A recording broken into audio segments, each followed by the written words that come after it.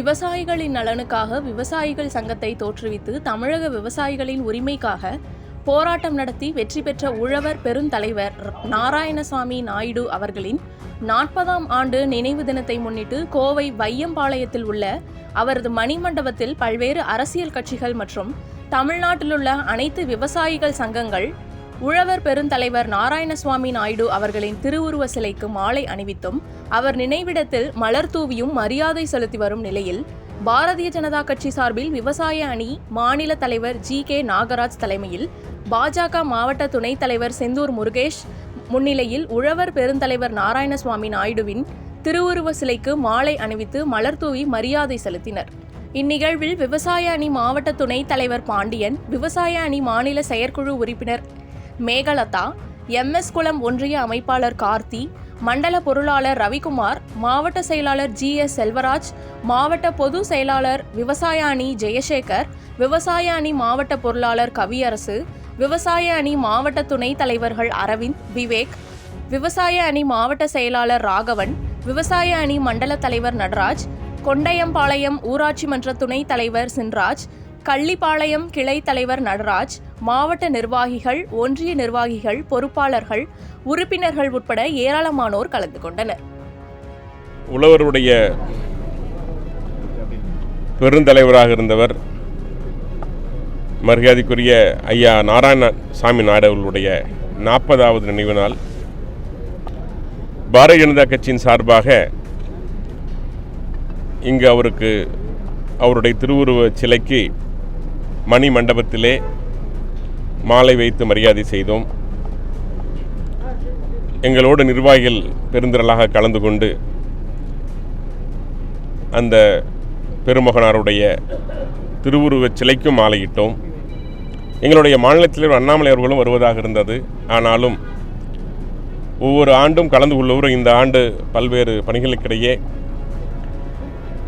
தன்னுடைய அஞ்சலியை செலுத்துமாறு எங்களை இங்கே கேட்டுக்கொண்டார். இந்த பெருமகனார் போராடிய போராட்டம் கொஞ்ச நெஞ்சமல்ல. வாய்ப்பூட்டு சட்டத்தால் பாதிக்கப்பட்டவர். தேசிய பாதுகாப்பு சட்டம் அவர் மீது போடப்பட்டது. ஆனால் அவர் செய்ததெல்லாம் விவசாயிகளுக்காக போராடியது மட்டும்தான். 2 பைசா கட்டண உயர்வுக்காக போராடிய விவசாயிகள் மீது துப்பாக்கி சூடு நடத்தப்பட்டது. 46 பேர் இறந்தார்கள். தமிழகம் முழுவதும் மொத்தமாக 75 பேர் இருந்ததாக விவசாய பெருமக்கள் கூறுகிறார்கள். கடுமையான போராட்டங்களை எல்லாம் சந்தித்து இந்த பெருமகனுடைய மறைவுக்கு பிறகு இங்கே ஒரு மணிமண்டபத்தை எழுப்பியிருக்கிறார்கள். ஆனாலும் கூட இன்று ஆட்சி செய்து கொண்டிருக்கின்ற திமுக அரசு தொடர்ச்சியாக இன்றும் விவசாயிகள் மீது குண்டர் சட்டத்தை பாய்ச்சுகின்ற வேலையை செய்து கொண்டிருக்கிறது. விவசாய நிலங்களை தொடர்ச்சியாக பல்வேறு பணிகளுக்கு, ரயில்வேஸ் அமைப்பதற்கும், சாலைகள் அமைப்பதற்கும், எரிவாயு குழாய் பதிப்பதற்கும் என்று தொடர்ந்து நிலத்தை பிடுங்கிக் கொண்டிருக்கிறார்கள். ஆனால் உரிய இழப்பீடு தருவதில்லை. வழியிருந்தும் கூட நெடுஞ்சாலை வழியாக கொண்டு செல்லாமல் வேண்டுமென்ற விவசாய நிலங்களுக்குள் கொண்டு செல்கின்றார்கள். இது சமீபத்தில் கூட சூலூரில் இது நடந்தது. விவசாயிகள் போராட்டம் நடத்தி கொண்டிருக்கின்றார்கள். நாங்கள் எங்களுடைய பாஜக சார்பிலே அங்கு சென்று ஹர்ஜன் சிங் பூரி பெட்ரோலியத்துறை அமைச்சரை சந்தித்து மனுவை கொடுத்துட்டு வந்திருக்கின்றோம். அவர்கள் சொல்வதெல்லாம் மாநில அரசு பார்த்து எங்கு பைப்பை போட சொல்கிறதோ, எங்கு குழாயை பதிக்க சொல்கிறதோ அங்கு நாங்கள் தயார் என்று சொல்கிறார்கள். ஆனால் அக்கறையற்ற விவசாயிகள் மீது அக்கறையற்ற அரசு தொடர்ச்சியாக விவசாய நிலங்களை பிடுங்க வேண்டும் என்று திட்டமிடுகிறது. பல இடங்களிலே ஏற்கனவே சிட்கோ போன்ற தொழில்நிறுவனங்கள் அமைக்கப்பட்டும் கூட மீண்டும் கூட இப்பொழுது சமீபத்தில் மெட்வாவி என்ற இடத்திலே மீண்டும் 1000 ஏக்கர் எடுப்பதாக முயற்சி எடுக்கிறார்கள். தொழில் தேவை, தொழில் வளர்ச்சி தேவை, மாற்று கருத்தில்லை. ஆனால் அதே சமயம் விளைநிலங்களை பிடுங்கி தொழிற்சாலை அமைக்கக்கூடாது. நீங்கள் காய்ந்த தண்ணீரற்ற பகுதியில் விவசாய நிலங்கள் அமைப்பதில் எந்த மாற்று கருத்தும் இல்லை.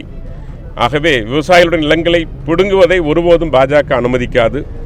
தமிழக அரசு திட்டமிட்டே தொடர்ச்சியாக விவசாய நிலங்களை பிடுங்கி அதன் மூலமாக கிடைக்கின்ற அந்த சுற்றுவட்டார பகுதிகளிலே இடத்தை விலைக்கு வாங்கி தங்களுடைய வாழ்வாதாரத்தை மேம்படுத்தி கொண்டிருக்கிறது திமுகவும் திமுக சார்ந்த நிர்வாகிகளும். 1 இன்ச் நிலத்தை கூட தேவையில்லாமல் திமுகவின் வளர்ச்சிக்கு பயன்படுத்துவதை ஒருபோதும் பாஜக அனுமதிக்காது. தொடர்ந்து விவசாயிகள் நலனுக்காக இன்று பாஜக பாடுபட்டு கொண்டிருக்கிறது. தொடர்ந்து பாடுபடும்.